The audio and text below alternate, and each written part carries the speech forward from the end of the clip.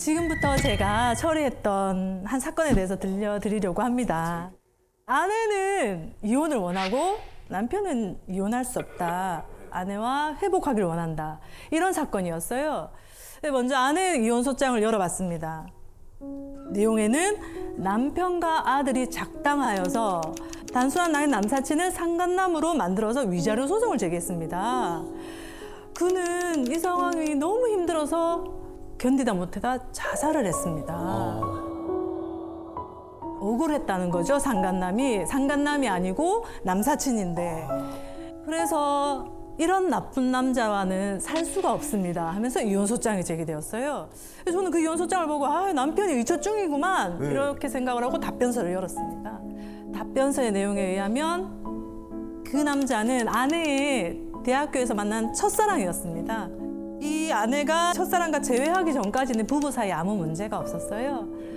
그런데 아내가 언제부턴가 계속 핸드폰을 손에 들고 뭔가를 들으면서 이렇게 막 웃고 있는 그런 모습들이 보였습니다. 되게 수상하다. 어느 날에 아내가 핸드폰을 꼽고 잠들었는데 핸드폰이 귀에서 탁 떨어졌어요. 그런데 아들이 그 이어폰에서 나오는 소리를 들었는데 낯선 남자의 소리가 들렸습니다. 그 첫사랑과 엄마의 불륜이 가득 담긴, 불륜의 내용이 가득 담긴 대화 내용이 들렸습니다. 엄마가 상간남과의 그 대화 내용을 녹음을 해서 음악 듣듯이 계속 그걸 재생해서 듣고 있었던 거예요. 애가 너무 충격이었겠는데. 예, 엄마의 불륜 사실을 알게 된 아들은 아빠에게 알려주게 됩니다. 남편은 아내 몰래 상간남을 상대로 손해배상 소송을 제기했는데요. 아내가 이 사실을 알고 가출을 해서 이혼 소송을 제기한 그런 사건이었습니다. 저는 이제 이 두 사람을 부부 상담을 보냈습니다. 남편이 회복하길 원한다고 했기 때문에요. 네. 그런데 남편은 상담사에게 아내가 아직 모르는 비밀이 하나 있다고 이야기했습니다. 알고 봤더니 이 상간남은 아내를 사랑했던 게 아니었고요. 아내를 통해서 금전적인 이득을 얻었습니다. 사기꾼이었네. 예, 사기꾼이었습니다. 아내가 아르바이트하면서 모은 쌈짓돈을 받아가지고 그걸로 자기 필요를 쓰고 자기 자식도 키우고요. 그 돈으로. 가스라이팅을 당했던 거죠, 아내가. 또 이 상간남의 비밀이 뭐였냐면 남편이 위자료 소송을 제기했더니 죽을 죄를 졌다, 제발 합의해달라 이렇게 얘기를 했다가 남편이 합의를 해줄 것 같지 않으니까 문자 한 통을 보냈습니다. 이 게임은 당신이 졌소. 내 죽음으로 당신은 당신의 아내에게 살인자란 각인을 심어줄 테고 그러면 당신의 아내가 당신이랑 살까? 이 문자 한 통을 보내고 자살을 해버렸습니다. 와, 소름이다, 진짜. 남편은 이 비인간적인 문자 내용을 아내가 알게 되면 또 다른 상처를 받을까 봐 그런 내용조차도 이야기를 하지 않았습니다. 와, 이 남편분이 대단하시네요. 다행히 아내는 남편이 자신을 생각해서 끝까지 숨겼던 진실도 상담사 선생님을 통해서 알게 되었습니다. 그래서 진심으로 잘못되었다고 자신의 외도를 사과를 했습니다. 남편에게요. 이 사건은 그렇게 해서 결국은 이 남편의 수뇌보로 가정이 회복된 사건입니다. 그렇지만 이 불륜은 이혼 여부와 상관없이 배우자와 가족 모두에게 가슴 아픈 생채기를 남깁니다. 그럼요. 그런데 간통죄가 폐지된 지금 불륜을 저지른 배우자를 어떻게 처벌할 수 있을까요? 없지 않는? 형사처벌은 불가능하죠. 네. 민사적으로 위자료를 받을 수 있는 것이 전부입니다. 그렇지만 나의 이 울분, 네. 억울함은 그 위자료로도 풀리지 않죠. 그럼요. 간통죄 처벌 부분은 아직까지도 많은 의견이 분분한 그런 부분인 것 같습니다. 폐지를 해야 된다, 부활해야 된다 여러 가지 의견이 있을 수 있지만 사실 처벌보다 중요한 것은 불륜을 하지 않아야 된다는 것이죠. 이어서 이 불륜으로 고통받았던 사건을 이야기해 보려고 합니다. 남편은 사업장을 운영하고 있었고요. 결혼한 아내가 그 사업체에서 격리 업무를 하면서 함께 사업장을 꾸렸죠. 그런데 불행하게도 이 사건에서도 아내는 다른 남자와 부정행위를 했고요. 급기야 회사 돈에 손을 내기도 했습니다. 남편이 모든 사실을 알고 이제 이혼 소송을 제기한 거죠. 아내는 명백한 유책 배우자였습니다. 그런데 이혼 소송이라는 것이 재산 분할 이렇게 같이 연결이 되면 긴 싸움이거든요. 네. 횡령죄 회사 재산에 대한 횡령죄 고소도 했고 그렇기 때문에 제법 소송이 길게 갈 것이다 이렇게 생각을 했습니다. 그러던 중에 이 사건에서도 안타깝게 남편이 자살 시도를 하게 됩니다. 아내 쪽에서는 이 사실을 가지고 마치 남편이 사업체를 부도덕하게 운영해서 스트레스 받고 나약하다 이러면서 또 상대방을 잔인하다, 비난하는 진짜. 잔인해. 예, 서면을 제출했죠. 그걸 이용한 거네요. 어떻게 보면 남편의 예, 시도를. 그렇죠. 예, 남편이 그날 법정에 나와서는 다른 날과 달리 매우 상기된 표정으로 숨을 거칠게 쉬고 너무 억울했습니다. 자신이 자살 시도한 이유는 너무나 사랑하며 믿었던 배우자의 그 배신 때문이었는데 자기를 또다시 말도 안 되는 사유로 모욕한다는 것이었죠. 제가 남편에게 이야기를 했습니다. 상대방이 증거도 없이 적어낸 그 추측성 준비 서면을 판사가 액면 그대로 신뢰하지 않으니까 그런 글로 너무 힘들어하지 마시라. 그리고 나는 원고가 그런 허망한 생각을 했다는 것이 너무 안타깝고 걱정스러울 뿐입니다. 제 말을 들은 남편은 끝까지 이제 힘을 내겠다고 고개를 끄덕였습니다. 한 달의 시간이 지나고 다음 재판기를 진행을 했는데요. 원고 대리인이 자리에 앉더니 재판장님 지난주에 원고가 자살했습니다. 아이고. 그날 밤에 저는 쉽게 잠들지 못했어요. 지난 기일에 제가 피고가 유책 배우자고 당신은 이 이혼 소송에서 승소할 것이다.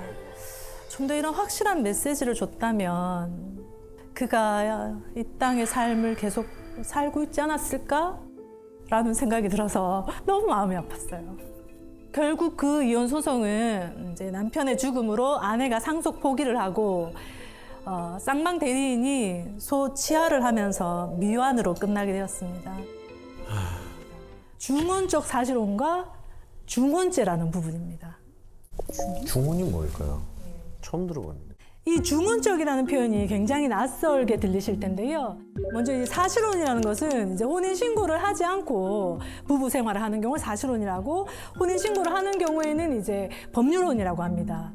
중혼적 사실혼이라는 거 하는 것은 법률혼 관계에 있는 사람이 또다시 사실혼을 하는 경우로 말합니다. 불륜이네요.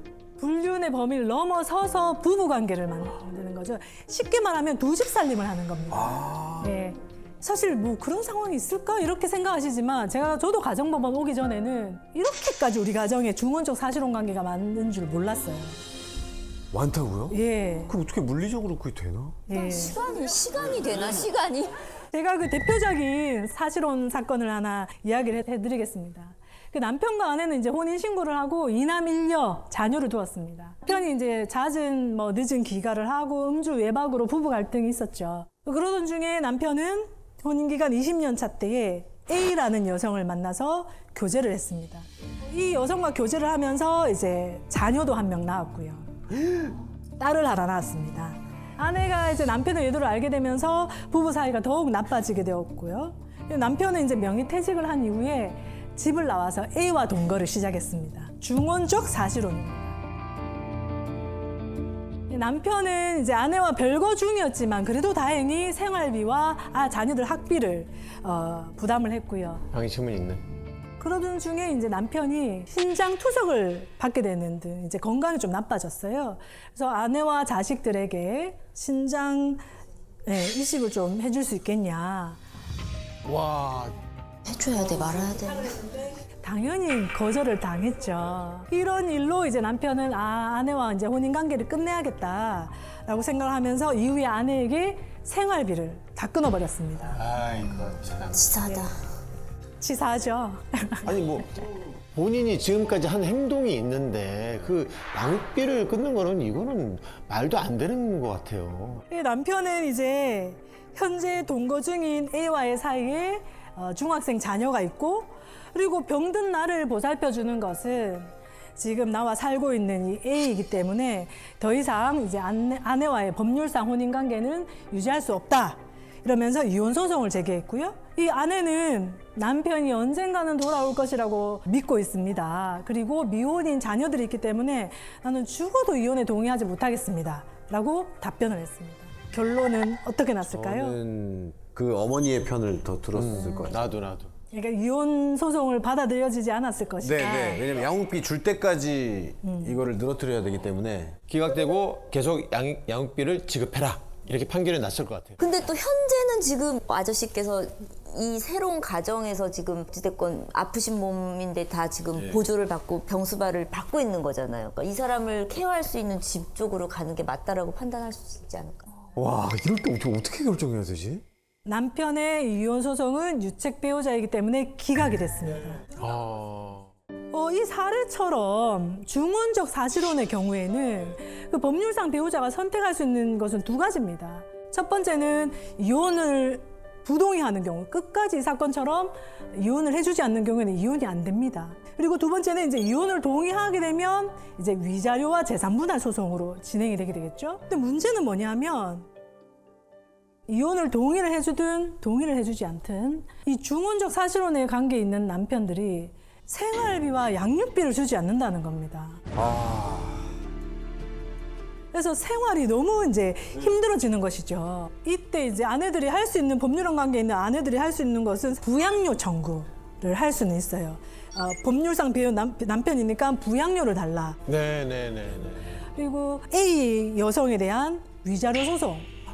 그게 있구나. 이렇게 할 수 있습니다. 그런데 그것은 돈을 받아야 되는 문제고 시간이 오래 걸리고 그 소송 중에 어떤 일들이 일어나냐 하면요. 이 남편은 자기 A와의 사이의 자녀한테 재산을 증여해버립니다. 아우. 그리고 법률상 처와 자녀가 살고 있는 부동산을 팔아버립니다. 자기 명의로 돼 있으니까요. 실제 사건에서 길바닥에 나앉은 경우가 있습니다. 법률상 본처가요, 그죠? 본처 자식이. 본처도 자식인데. 자기 자식인데. 너무나 좀 법률상 배우자와 자녀들을 보호하기에는 너무나 미흡하죠. 저희 가정법원 판사들이 중원죄 도입을 희망하고 있습니다. 이 중원죄는 어떤 것이냐면요. 중원자에게 형사처벌을 하겠다는 겁니다. 저희 가정법원 판사들이 독창적으로 고안해낸 제도는 아니고요. 지금 미국, 영국 선진국가들은 다 중원죄를 규정하고 있습니다. 적어도 이제 이런 중원죄 처벌 규정이 있다면은 이제 법적 아내와 자녀들에게 닥칠 그런 위험한 상황에 대해서 초반에 방지를 할 수 있지 않을까. 형사처벌이니까요. 의미 있는 법조항이지 않을까라고 저희가 생각을 하고 계속적으로 논문에서 발표를 하면서 중원죄가 도입이 되어야 된다 생각을 하고 있습니다. 다음 이야기 주제는 재산 분할입니다. 세기의 이혼으로 불리는 모 재벌가의 이혼 소송이 진행 중이죠. 무려 1조 3,808억이 재산 분할 금액이었는데요. 최대의 규모의 재산 분할이었습니다. 이 판결은 이혼 소송에서 재산 분할이 얼마나 중요한 쟁점인지를 보여주고 있습니다. 재산 분할이라는 것은 혼인 중에 형성된 그 부부의 공동 재산을 나누는 것을 말하는데요. 재산 분할의 핵심은 재산 분할의 비율, 즉 기여도입니다. 재산 형성에 얼마나 기여를 했는지에 따라서 적게는 수백만 원, 많게는 뭐 수억 원까지 달라질 수가 있는데요. 그렇다면은 재산 분할을 어떻게 나누는 게 맞을까요? 일단 전업주부라도 결혼 생활이 2년을 넘어가고 자녀가 있다면 재산 분할 청구를 할 수 있습니다.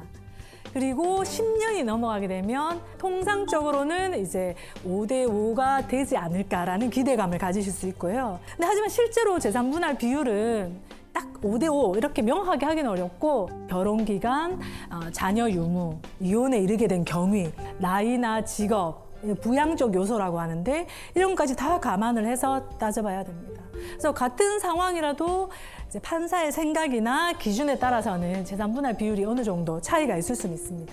그 기여도라는 게 사실은 되게 그냥 추상적인 거잖아요. 뭐 어떤 숫자로 딱 나타나는 게 아니고 그럼 할 거라면 좀 많이 받는 게 좋잖아요. 네. 기여도를 높게 인정받을 수 있는 방법 같은 게 혹시 있나요? 이게 뭐 말로 해서는 되지 않는 부분이고요. 재판은 늘 증거 재판이니까요. 그래서 소득 활동이나 생활비 부담, 가사노동, 자녀 양육과 관련된 부분, 그다음에 뭐 부모님이 경제적 지원을 해줬다면 이런 부분들, 이런 다양한 부분을 증명할 수 있는 자료를 준비하는 게 중요합니다.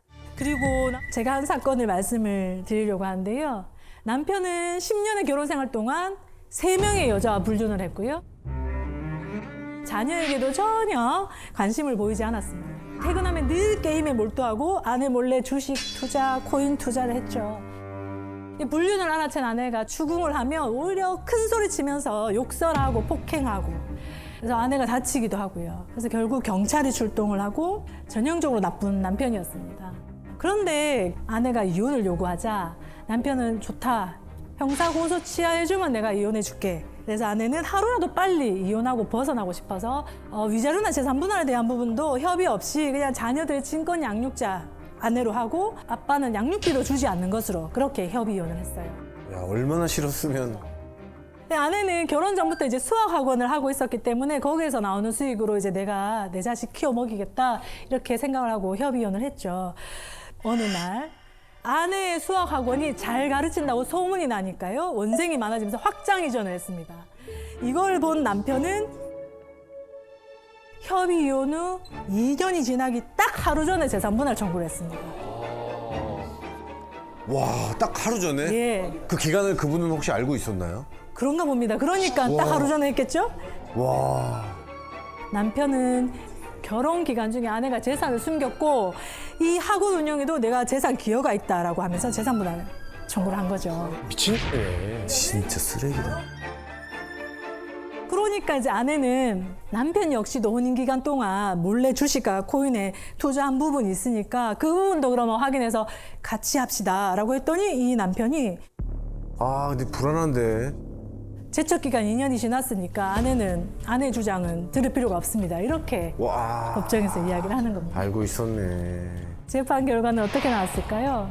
남편의 재산 분할 청구가 받아들여졌을까요? 안 되기를 바랍니다. 야, 이거는 안 됐기를. 아니, 근데 아내분께서 수학 학원을 또 오래 하셨잖아요. 근데 아이를 키워야 되잖아요. 근데 아이를 키워야 되기는 하는데 지분을 주장을 2년이 되기 전에 진짜 약삭빠르게 해가지고 꼭 이런 스토리들은 피해자가 또 피해자가 한 번 더 되더라고요. 어찌됐건 유책 배우자는 남편이잖아요. 그쵸. 이혼할 당시에 위자료나 재산 분할도 받지 않은 상태에서 이혼을 했고 열심히 산 덕분에 증식된 재산을 나눠줄 필요가 있을까요, 이게? 근데 제가 그 남편이라면 이렇게 주장했을 것 같아요. 당신 수학 학원 차린 저 돈이 어디서 났냐? 내가 뭐 벌어다 준 돈 이거 이체한 내역 말도 안 되는 거 있잖아요. 쓰지 말라고 그래요. 근데 이제 약간 좀 나쁘게 생각을 해보면 그쪽을 명분 삼아서 빙고. 정확하게 그렇게 주장을 했습니다. 와, 대박이다. 야, 그런데 이제 법이 그렇게 나쁜 사람만을 위해서 존재하면 너무 가슴이 그거 아프죠. 안 되죠.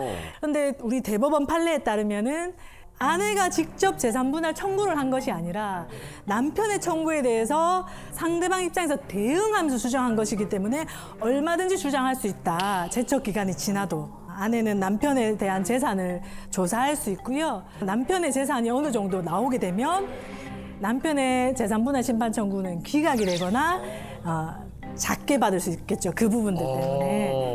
다행이다. 근데 남편의 재산이 더 많게 나오면 입증을 하지 않는다면 본인의 재산만 넘겨주게 되는 꼴이 되겠죠. 실제로 우리 이혼을 진행하면은 폭행이든 뭐 외도든 도저히 함께 살 수 없어서 뭐 돈도 뭐고 따지지 않고 일단 이혼부터 급하게 하는 경우가 많습니다. 그래서 더더욱 공정하고 정확한 재산 분할을 위해서는 이제 관련 정보를 미리 좀 알고 준비를 하는 게 중요합니다. 재산 분할 대상이 되는 재산은 어떤 것들이 있을까요? 집, 차, 예금 뭐 이 정도는 다 예상하실 것 같고요. 차는 예상 밖이었습니다. 차도 됩니다. 가액으로. 재산 분할은 가액 분할이 원칙입니다. 부동산의 경우에는 시세가 얼마인지, 재판 종결 당시의 시세, 자동차 시세, 다 시세가 나오죠, 요즘. 5대 5라면은 그 금액을 절반으로 나눠서 주라. 이렇게 되는 거죠.